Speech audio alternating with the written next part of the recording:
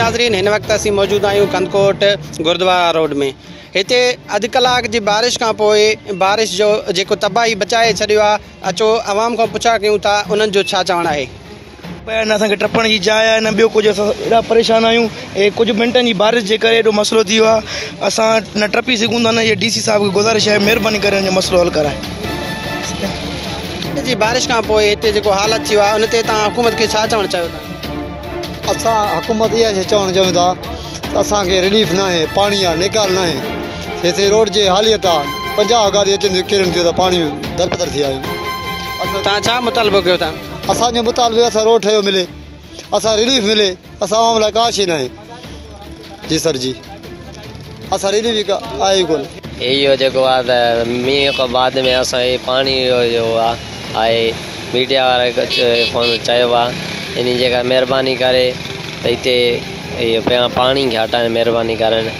ॿियो त इहो DCO साहिबु असांजो वॾो आहे हितो जो कंदकोट जो, महिरबानी करे पाणी खे हटाए छॾे। तव्हां आला मालदारनि ऐं हुकूमत खां छा मुतालबो कयो था? असां चवंदा पाणी घटाए। असांखे ज़िले इंतज़ाम खे अपील थी कजे त बराए महिरबानी करे DC साहिब खे असां फौरी तौर ते अपील था कयूं त बराए महिरबानी करे असांखे रस्ते जे लाइ पाणी में गुज़रण लाइ वॾी तकलीफ़ थिए थी। इन जे करे जीत आहे को नांग आहे, इन जे करे असांखे वॾी तमामु मुश्किलातूं थियनि थियूं टपण जे लाइ। बराए महिरबानी करे असांखे रस्तो क्लियर करे ॾिनो वञे। इन जे करे तव्हांखे असां अपील था कयूं। पहिरियां ई जेको आहे त हे जेको एरिया हुयो त पाणी जो जेको शिकार हुयो, हाणे हिन टाइम जेको बारिश जी जेकी असांजी इलाइक़े कंदकोट में वसी आहे, जेको 20 मिंट बारिश वसण खां पहिरियां ई जो आहे हिन गलियुनि में जेको आहे पाणी जमा थी चुको आहे। ऐं जेका बि हे जेको रस्तो आहे, जेको कंदकोट जेको मेन रस्तो आहे, इन में तक़रीबन 2 फुट ते जेको पाणी मौजूदु आहे। ऐं गाॾियूं जेकियूं बि आहिनि जेको हिते बीजी वञनि थियूं। ऐं असां हिन टाइम हुकूमत वक़्तु ऐं DC साहिब खे मुतालबो थो कयूं त हिन पाणी खे फिलफोर हटाए करे असांखे रस्तो फ़राहम कयो वञे। असांजो को रिलीफ कोन्हे। हे असांजी हालियत आहे, पाणी आहे, वोट वतियूं हलिया वञनि था, न असांजो रोड आहे न को रस्तो आहे। असांजो को रिलीफ हिन महिल न मिलियो आहे। सम्झीसीं, अचूं था बि पाणी में, बरसाति पए थी सुरनि में हूं।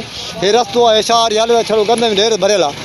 को कंदकोट शहर में को रिलीफ न आहे। हर को वोट वतियूं हलियो वञे थो। असां ग़रीब सुखनि में हूं। ॿाहिरि इहो पाणी आता आहे, पाण ॾिसो था मोटरसाइकिल आहिनि, इहे गाॾियूं आहिनि, असां ॾाढा सुखनि में आहियूं। को रिलीफ असांखे न मिलियो आहे। हिन महिल जेको न को MP कोन आयो हिन टाइम ताईं त भाउ छा तकलीफ़ आहे, छा ॾुख आहे। असांजी ज़िंदगी सुखनि में गुज़री आहे। अदा तव्हां शहर जी हालत ॾिसो पिया। हीअ कंदकोट जी मेन घिटी, मेन जेका सो दाख़िली रस्तो आहे, साम्हूं मसण मोड़ खां वठी करे अॻिते इंजीनियरी बंगलो आहे। जॾहिं बि कंदकोट में 1 घंटो बारिश वसे तो हफ़्तनि जा हफ़्ता हिते पाणी बीठल रहंदो आहे। तक़रीबन हिन खे बि 8 ॾींहं थी विया आहिनि असां हिते क्रॉस कयूं पिया। इहो पाणी जेको दिन ब दिन वधे पियो, घटे कोन पियो। तव्हां ॾिसो 2002 खां वठी करे 2008 ताईं हिते सुंदराणी बिरादरी ऐं मज़ारी ऐं बिजारनि जो राज रहियो आहे। ख़ुसूसन हिते कंदकोट में जेको असांजो MP आहे मीर आबिद ख़ान, या तालुके जेको चेयरमैन राशिद ख़ान साहब, जंहिं 2002 खां वठी मज़ारी साहब जेको कमु करायो, रोड रस्ता लाइटिंग ठारायो, उन खां बाद हिननि 1 टके 1 रुपए जो कमु न करायो। हीअ त कुझु बि न आहे। हिकु त शहर जो चकर हणंदो तव्हांखे, जेका सैलाब नज़र ईंदो। तो मुझे मुतालबो है उन्हनि खां, हाणे तो अलहमदुलिल्लाह अल्लाह जी महिरबानी सां असांजे चेयरमैन साहब जो टाइम पूरो थिए पियो, तक़रीबन 28 ते उनजो टाइम पूरो थियण वारो आहे। पर मुंहिंजे ख़्याल में उहो पंहिंजे जातीअ में जेको आहे पंहिंजे गिरबान में जाती आणे थी। यार मां 5 सालनि में या 2002 खां वठी कहिड़ो कमु करायो आहे। त मुंहिंजो मुतालबो आहे उन्हनि खां, हुकूमत वक़्त खां असांजे हिन MPA, हिन तालुका चेयरमैन, या जेको असांजो MNA आहे मीर एहसान रहमान मज़ारी साहब, उन्हनि खां त बराए महिरबानी तव्हां कंदकोट जे शहर ते कुझु रहम कयो ऐं कुझु उन ते हालत ते जेको आहे रहम आणियो। ऐं तव्हां जेको वोट सां आवाम सां वाइदो करे वोट वरितो त असां कंदकोट खे पेरिस बनाईंदासीं। पेरिस न ई सही, पर महिरबानी करे असांखे 2012 वारो पुराणो कंदकोट वापसि ॾियो। तब खां पहिरियों असां सोच TV न्यूज़ वारनि जा शुक्रगुज़ार आहियूं, जेको हमेशह जी तरह कंदकोट जो आवाज़ बणियल आहे।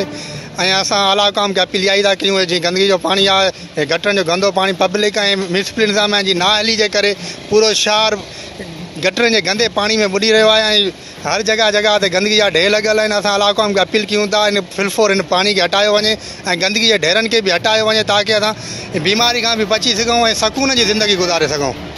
जी नाज़रीन, जी त तव्हां ॿुधो शहर वारनि जो इहो ई चवणु हो त म्यूनिसिपल इंतिज़ामिया जी नाअहली सबबि ऐं ज़िले इंतिज़ामिया जी नाअहली सबबि रोडनि रस्तनि में गंदो पाणी, गटरनि नालियुनि जो पाणी अची वियो आहे ऐं घरनि ताईं इहो गंदो पाणी दाख़िल थियो आहे।